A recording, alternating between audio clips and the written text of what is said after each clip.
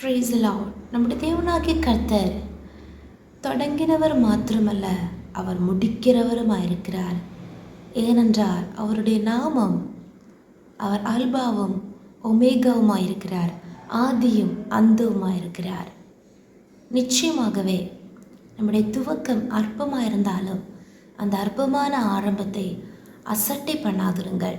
நிச்சயமாகவே அதனுடைய முடிவு சம்பூரணமாயிருக்கும்.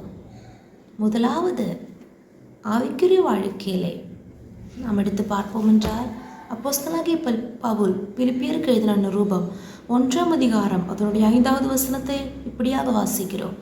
உங்களின் நற்கிரியை தொடங்கினவர் அது இயேசு கிறிஸ்துவின் நாள் பரியந்தம் முடிய நடத்தி வருவார் என்று நம்பி நான் உங்களை நினைக்கிற பொழுதெல்லாம் என் தேவனை ஸ்தோத்திரிக்கிறேன். பொழுது நம்ம நற்கிரியைகளை கர்த்தருக்காக எதையாகலும் செய்ய வேண்டும் என்ற காரியத்தை அந்த வாஞ்சி உள்ளவர்களை கர்த்தர் அதற்காக ஏவி இருக்கிறார். அப்படி நாம் தொடங்கின காரியங்களை அதை கிறிஸ்துவின் நாள் பரியந்தம், கிறிஸ்துவின் வருகை அந்த நாள் வரைக்கும்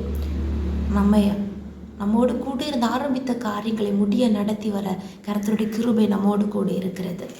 அந்த கிருபையை நம்பி ஒவ்வொரு நாளும் நாம் கர்த்தருக்காகவும் பிரயோஜனப்பட வேண்டும். அப்படி செய்யும்போது நாளாகமத்தின் 1ஆம் புஸ்தகம் 28ஆம் அதிகாரம் அதனுடைய 20வது வசனத்திலே நாம் வாசிக்கிறபடியே, தாவீது தன் குமாரனாகிய சாலோமோனை நோக்கி, நீ பலம் கொண்டு தைரியமாயிருந்த இதை நடப்பி, நீ பயப்படாமலும் கலங்காமலும் இரு. உன் தேவனாகிய கர்த்தர் இன்னும் என் தேவன் உன்னோடு இருப்பார். கர்த்தருடைய ஆலயத்தை கட்டுகிறதற்கடுத்த சகல கிரியைகளையும் நீ முடித்து தீரும் மட்டும் அவர் உன்னை விட்டு விலகவும் மாட்டார், உன்னை கைவிடவும் மாட்டார். ஆம், இன்றைக்கு நாம் சில காரியங்களை துவங்கி இருக்கலாம், தொடங்கி இருக்கலாம்.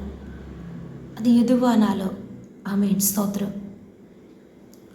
புதிய ஒரு ஆரம்பத்தை நாம் தொடங்கி அந்த காரியங்கள் நடந்து கொண்டே இருக்கலாம். நம்முடைய வாழ்க்கை, நம்முடைய ஒவ்வொருவரின் வாழ்க்கையிலே வித்தியாசப்பட்ட துவக்கங்கள் நாம் ஆரம்பித்திருக்கலாம்.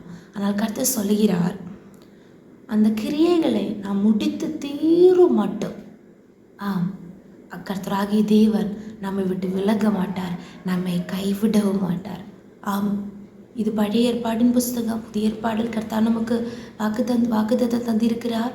உலகத்தின் முடிவு வரைந்தும் சகல நாட்களிலும் கர்த்தர் நம்மோடு கூட இருக்கிறார். அவர் நம்மை ஒருபோதும் கைவிட மாட்டார், ஒருபோது நம்மை விட்டு விலக மாட்டார். இங்கே நாம் வாசிக்கிறோம், அந்த காரியம் முடித்து தீரும் மட்டும் நான் உன்னை விட்டு கர்த்தர் உன்னை விட்டு விலக மாட்டார், உன்னை கைவிடவும் மாட்டார். அந்த வசனத்தை அப்படியே பிடித்து கொள்வோமா? ஆம், சில வேளை நமக்கு எந்த தகுதியும் இருக்காது, இல்லாவிட்டால் நமக்கு அதற்குரிய வாய்ப்புகள் இருக்காது, சூழ்நிலைகள் அனுகூலமாக இருக்காது. எந்த சூழ்நிலையானாலும் கர்த்தரையே நம்புவோமாக. ஆரம்பித்ததை பாதி வழியிலே முடக்கி போட நம்முடைய தேவனாகிய கர்த்தர் அனுமதிக்கவே மாட்டார். கர்த்தரை நம்பி தேவனுடைய சித்தத்தின்படி நாம் ஏதாவது காரியத்தை தொடங்கியிருந்தால் கர்த்தர் அது முடிக்க வல்லவராக இருக்கிறார். அவர் நம்மோடு கூடியிருந்து நம்முடைய கருத்தினால் அவருடைய வாயினால் சொன்னதை அவருடைய கருத்தினால் நிறைவேற்றுவார். நம்முடைய கைகளின் கிரியை அவர் நெகிழவிடாமல் கர்த்தர் எல்லாவற்றையும் சாத்தியமாக்குகிறவராயிருக்கிறார்.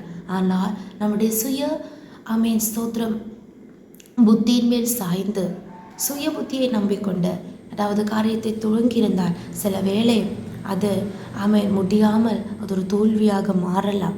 அதனால் இந்த நாளிலே தெய்வ சமூகத்தில் நம்மை ஒப்பு கொடுப்போமாக. முதலாவதாக கர்த்தர் நம்மில் ஆரம்பித்திருக்கிற நற்கிரியைகளை தொடர்ந்து செய்வோமாக. எந்த சூழ்நிலையிலேயும் அவரை விட்டு விலகாமல், அவருடைய அன்பில் இருந்து விலகாமல், மாறாமல் கர்த்தர் நமக்கு வைத்திருக்கிறதே அந்த காரியத்தை நாம் இன்னும் அதிகமாக செய்வோமாக. அப்படி நாம் செய்யும்போது நம்முடைய வாழ்க்கையில் தடைப்பட்டிருக்கிற எல்லா தடைகளை கர்த்தர் மாற்றி சில காரியங்கள் முடித்து தீரும் மட்டும் கர்த்தருடைய பிரசன்னம் நம்மோடு கூட இருக்கும். ஸ்தோத்திரம். எந்த கரத்தினால் ஆரம்பித்ததோ அதே கரத்தினால் முடிய பண்ணுகிற தேவன் நம்மோடு கூடவே இருக்கிறார். ஹல்லேலூயா. சூழ்நிலைகள் மாறலாம், மனிதர்கள் மாறலாம். கரம் பிடித்திருந்தவர்கள் கைவிட விடலாம். அவன் கூட இருந்தவர்கள் விலகி போகலாம். அவன் எப்போது கூட இருப்பார்கள் என்று நினைத்தவர்கள் மாறி போகலாம், மறந்து போகலாம்.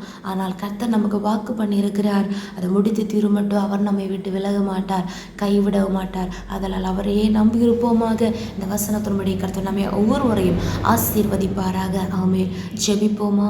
இயேசுப்பா ஸ்தோத்திரம். எங்கள் அளவில்லாமல் நேசித்து வழிநடத்துகிற எங்கள் அன்பின் பரலோக பிதாவே, ஆசீர்வதிக்கப்பட்டதான இந்த காலை வேளைக்காக நன்றியோடுமே துதிக்கிறோம், ஸ்தோத்திரிக்கிறோம். தகப்பனே, இந்த நாளில் நேரங்களுக்கு தந்த வாக்குத்த வசனத்திற்காக ஸ்தோத்திரம். ஆமாண்டவரை, நீர் ஆரம்பித்தது நீர் முடிக்க வல்லவராக இருக்கிறதே கர்த்தாவே. அற்பமான ஆரம்பத்தை சூழ்நிலைகளை பார்த்து அசட்டை பண்ணாமல் இந்த நாட்களில் தேவனுக்கு கீழ்ப்படிந்திருந்த அப்பா சுய புத்தியின் மேல் சாயாமல் கர்த்தாவே அப்பா ஸ்தோத்திரம் தேவனுடைய திட்டத்தை நம்பிக்கையாக கொண்டிருந்து உடைய சித்தத்தினுடைய காரியங்களை நடப்பிக்க கர்த்தர் கிருபை செய்யுங்க. எங்கள் கரங்களை பலப்படுத்துவீராக. சில காரியங்களை முடித்து அமேன் ஸ்தோத்திரம் செய்து முடிக்க கர்த்தர் கிருபை செய்வீராக. எனக்காக யாவையும் செய்து முடிக்க போகிற உன்னதமான தேவனை நோக்கி கூப்பிடுவேன் சொன்ன வசனத்தின்படி உண்மை நோக்கி கூப்பிடுகிறோம் டேடி.